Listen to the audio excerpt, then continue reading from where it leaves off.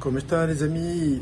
Aujourd'hui, deuxième jour de l'aventure aux Philippines et j'ai migré de Lahore à Vigan, une ville où les Espagnols s'étaient bien implantés et où les restes de leurs habitations, toute l'organisation sont encore là. Donc ce sera l'occasion de visiter aujourd'hui. Et puis voilà, je me suis trouvé un petit hôtel pour venir ici. J'ai dû prendre un petit tricycle qui m'a emmené au bus terminal et ensuite une demi-heure d'attente pour avoir un bus qui allait jusqu'à Vigan. Donc impeccable, tout s'est bien passé. Il faut faire attention à la clim parce que ça caillait fort, donc heureusement j'avais mon hoodie et puis mon écharpe, mon foulard, plus la casquette, ça aide.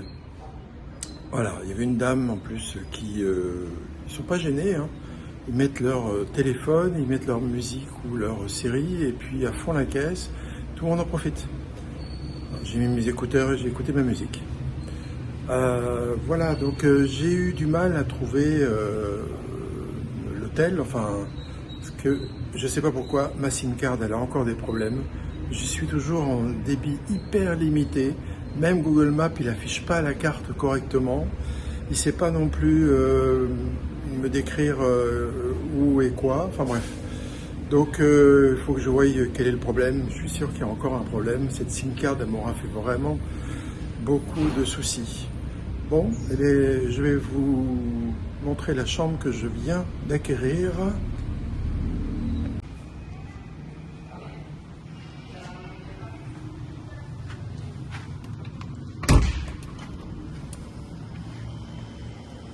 C'est assez simple, basique, mais ça fait le job.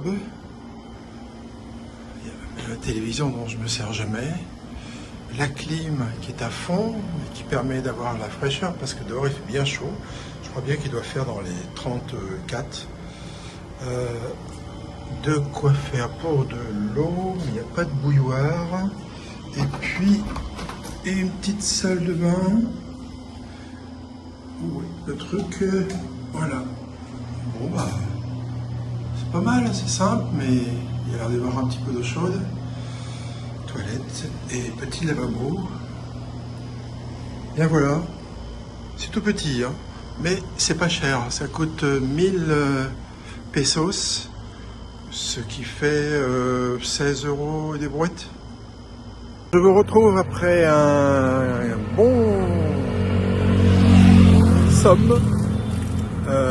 J'ai dû m'allonger sur mon lit à 14 h après être arrivé donc au terminal de bus et puis avoir trouvé l'hôtel sans Google Maps parce que mon forfait est à 0. Je sais pas pourquoi, il va falloir que je trouve la solution. Toujours est-il que je me suis endormi et je me suis réveillé qu'à 19 h 30. Il a fallu que je fasse le choix entre la seule prise électrique de la chambre pour enlever la clim qui est branchée dessus et mettre ma multiprise pour recharger mes appareils et ensuite dodo. Voilà, maintenant je sors, je vais en ville, dans le centre, découvrir by night la ville.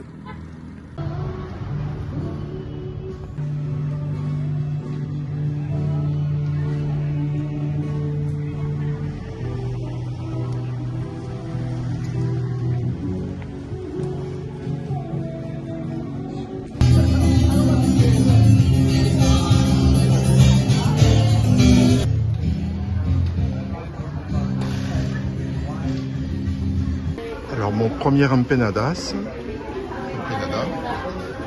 spécialité du coin, et puis un Mountain Dew, c'est l'équivalent en fait d'un Fanta citron. Je teste. Ça y est, j'ai mangé mon empanadas, c'est assez gras, hein.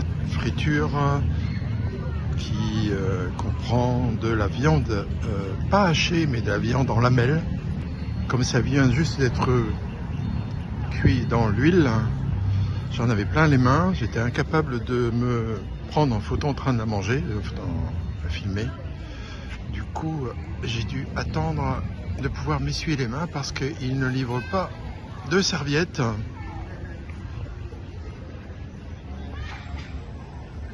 Ce petit dîner léger, ça m'a coûté 85 pesos, la fameuse boisson qui ressemble plutôt à du Fanta citron. Je suis à côté de la cathédrale de Vigan et je vois 10 commandements que j'ai pu voir en passant en bus devant chacune des églises, voire même des écoles, je sais plus.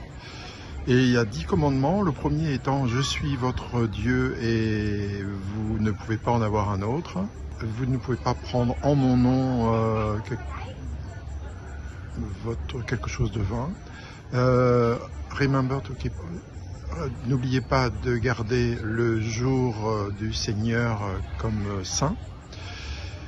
Honore ton père et ta mère. Tu ne dois pas tuer, tu ne dois pas commettre d'adultère, tu ne dois pas voler, tu ne dois pas porter témoignage contre ton voisin, des faux témoignages.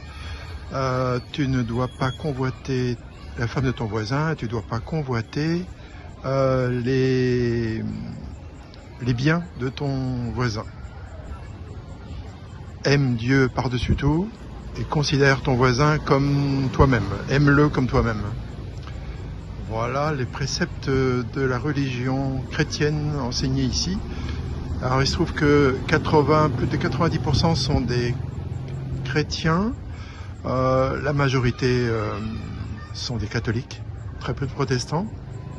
Un peu de musulmans à hauteur de 3% je crois et 2% ou 1% de bouddhistes dans le pays et le reste différentes religions très éparses. La cathédrale et sa tour, le clocher est souvent à côté de l'église, pas vraiment comme nous, juste au-dessus, enfin faisant partie de l'église. On verra ça mieux demain, au jour. Là, c'est donc la place où tout le monde profite du bon air. Il fait chaud quand même, hein. Il fait, on va dire, 28 degrés.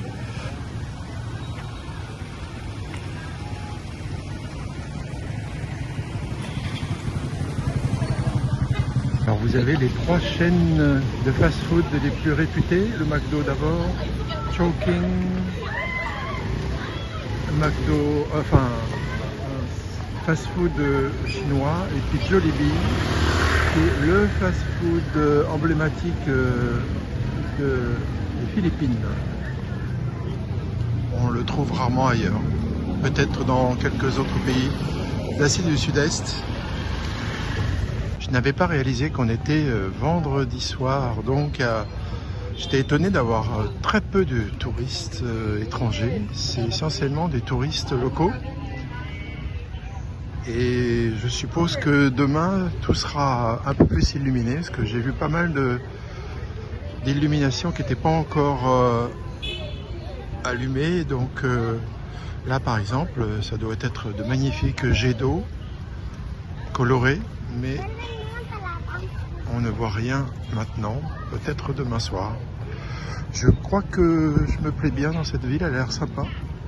Je vais demander à rester une nuit de plus demain et puis on avisera.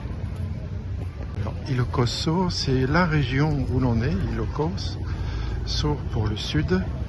Ils sont très fiers de leur région qui est soit au bord de mer, soit dans les montagnes, dans le nord de Luzon, l'île de Luzon, la plus grande des Philippines, celle où il y a Manille en point central.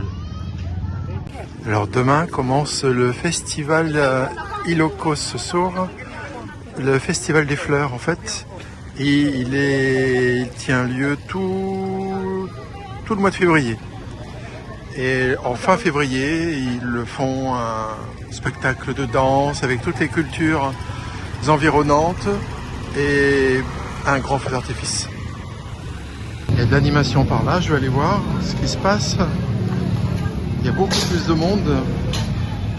Alors la ville est une ancienne, capitale espagnole. Donc toute l'architecture a été conservée et c'est ce qui fait son charme et ça fait sa spécificité.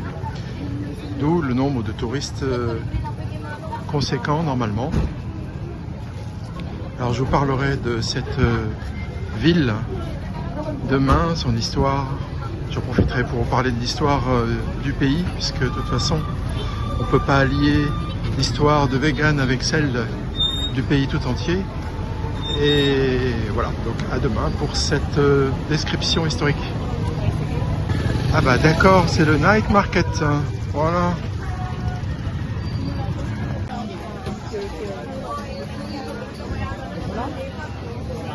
Alors on a envie de plein de choses.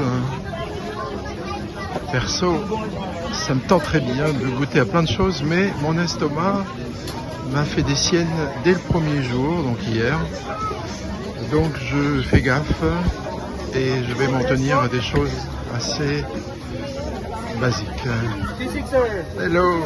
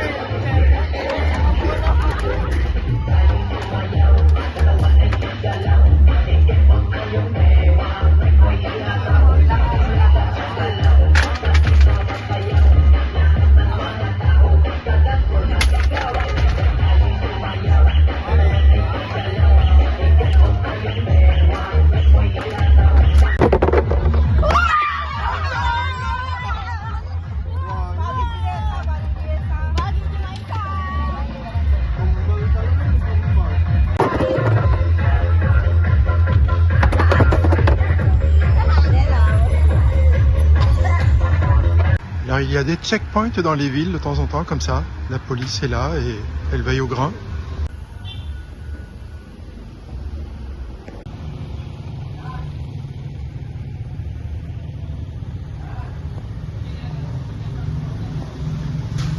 Voilà, c'est la fin de la journée, la deuxième. Après avoir fait check-out de mon hôtel à La Hague, pris un tricycle, pris un bus pour Vigan, arrivé à Vigan et puis dans l'hôtel, une grosse sieste de 2h à 7h30. Ça fait donc 5h30 de sieste, c'est pas mal. J'en avais besoin. Et puis voilà, une petite balade ensuite nocturne dans Vigan, le centre-ville, avec une architecture vraiment très coloniale espagnole, vraiment très sympathique. On découvrira ça demain. Alors à demain pour de nouvelles aventures. Ciao!